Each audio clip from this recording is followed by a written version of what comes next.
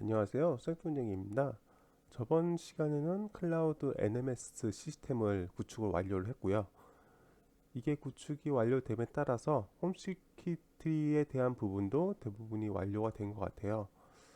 근데 이제 CCTV하고 IoT 두어 센서 부분이 남아 있는데 이 부분은 시청자분들이 직접 구축을 하셔도 그렇게 어렵지 않을 것 같아서 생략을 하려고 합니다. 사실 제가 구축해 보여드린 것도 괜찮긴 한데 이게 영상으로 보기에는 좀 와닿지 않는 부분이 많아요. 그래서 한번 어렵진 않으니까 직접 한번 설치를 해보시는 것도 괜찮을 것 같습니다. 그래서 어, 이제는 홈 시큐리티에 대한 시나리오에 대해서 설명을 드려야 될 것 같아요.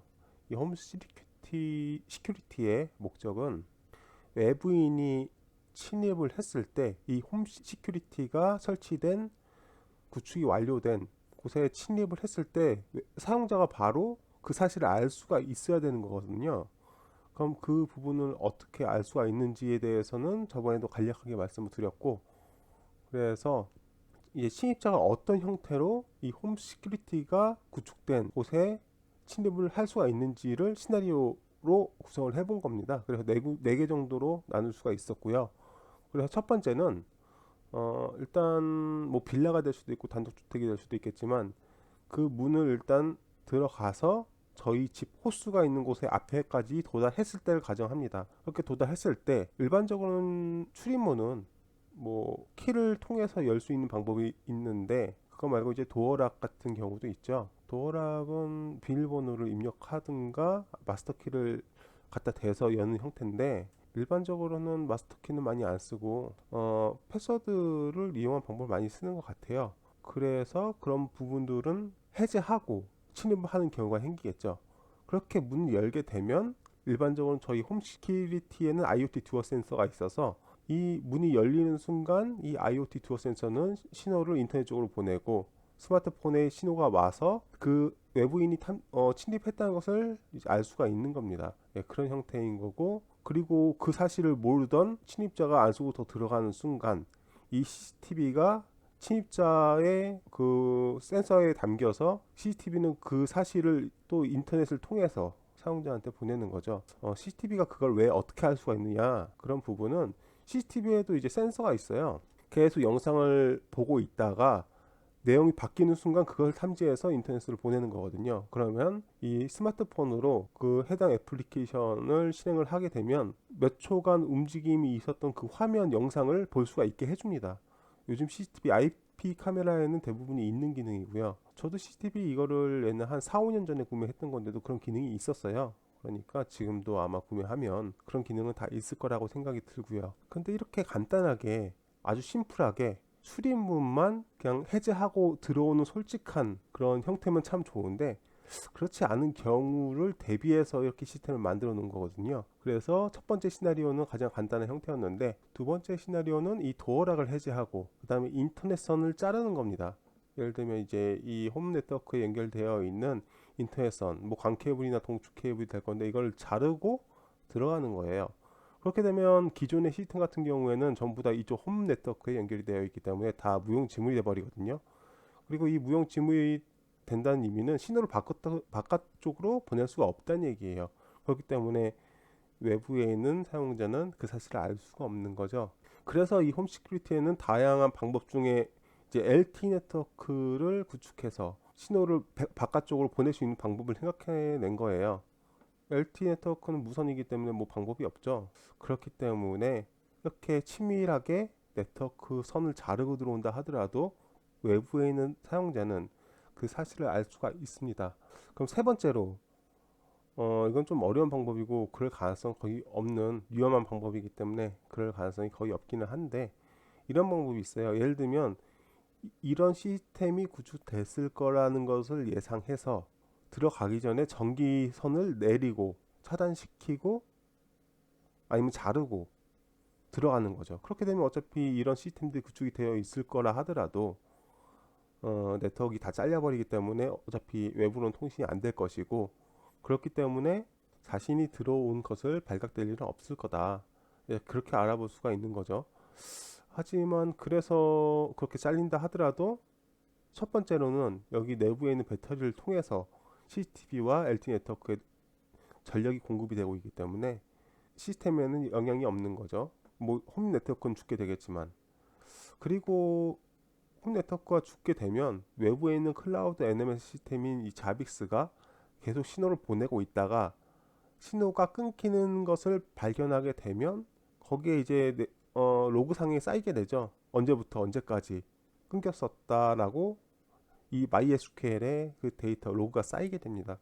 그리고 사실 여기에는 빠졌는데, 그렇게 문제가 발생했을 때 알람을 스마트폰으로 보내줄 수가 있어요. 그런 기능이 있는데, 그런 기능을 또 구현을 하기 위해서는 메일 시스템을 또 따로 구축을 해야 돼요. 그래서 자빅스의 시스템에 특정 알람이 발생했을 때 어느 메일로 그 알람 내역을送신해라 라고 이제 입력을 해 놓으면 특정 사항이 발생하는 순간 그 이메일이 이 스마트폰으로 가게 될 거죠. 스마트폰은 당연히 이메일 연동을 해 놓기 때문에 그 내용을 바로바로 볼 수가 있을 거고요.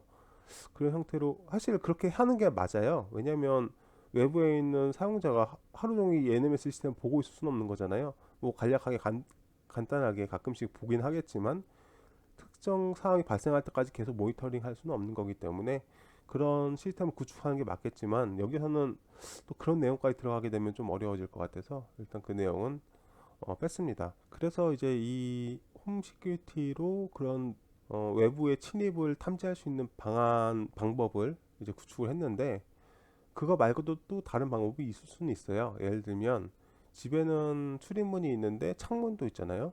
창문에는 일반적으로 방범창이 달려 있긴 하지만 그것까지 떼내고 창문을 깨고 들어오는 방법도 있을 수는 있죠. 그런 부분은 이 홈 시큐리티에서 막아낼 수가 없어요. 그렇기 때문에 이 CCTV를 창문 쪽으로 향하게 하고 동시에 출입문도 비치게 하는 그런 방법을 생각해서 위치 선정을 잘 해야 될 거고요.